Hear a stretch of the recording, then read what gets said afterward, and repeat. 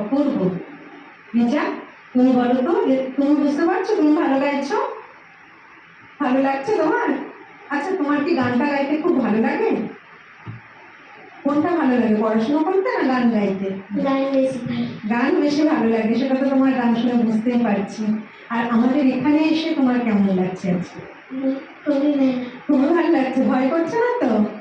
আচ্ছা, বেশ, আগামীতে তুমি আবার আসবে, আমরা সেই অপেক্ষায় থাকবো। আমরা যাব সায়নজিতের গানে। সায়নজিতের গান দিয়ে আমরা আমাদের অনুষ্ঠান শেষ করব। আপনাদেরকে আবারও অনেক ধন্যবাদ, এবং আমাদের এই যে তিনজন শিল্পী, তোমাদেরকেও অনেক অনেক ধন্যবাদ, এবং তোমাদের আগামী দিনের জন্য আমাদের জন্য অনেক শুভেচ্ছা, অনেক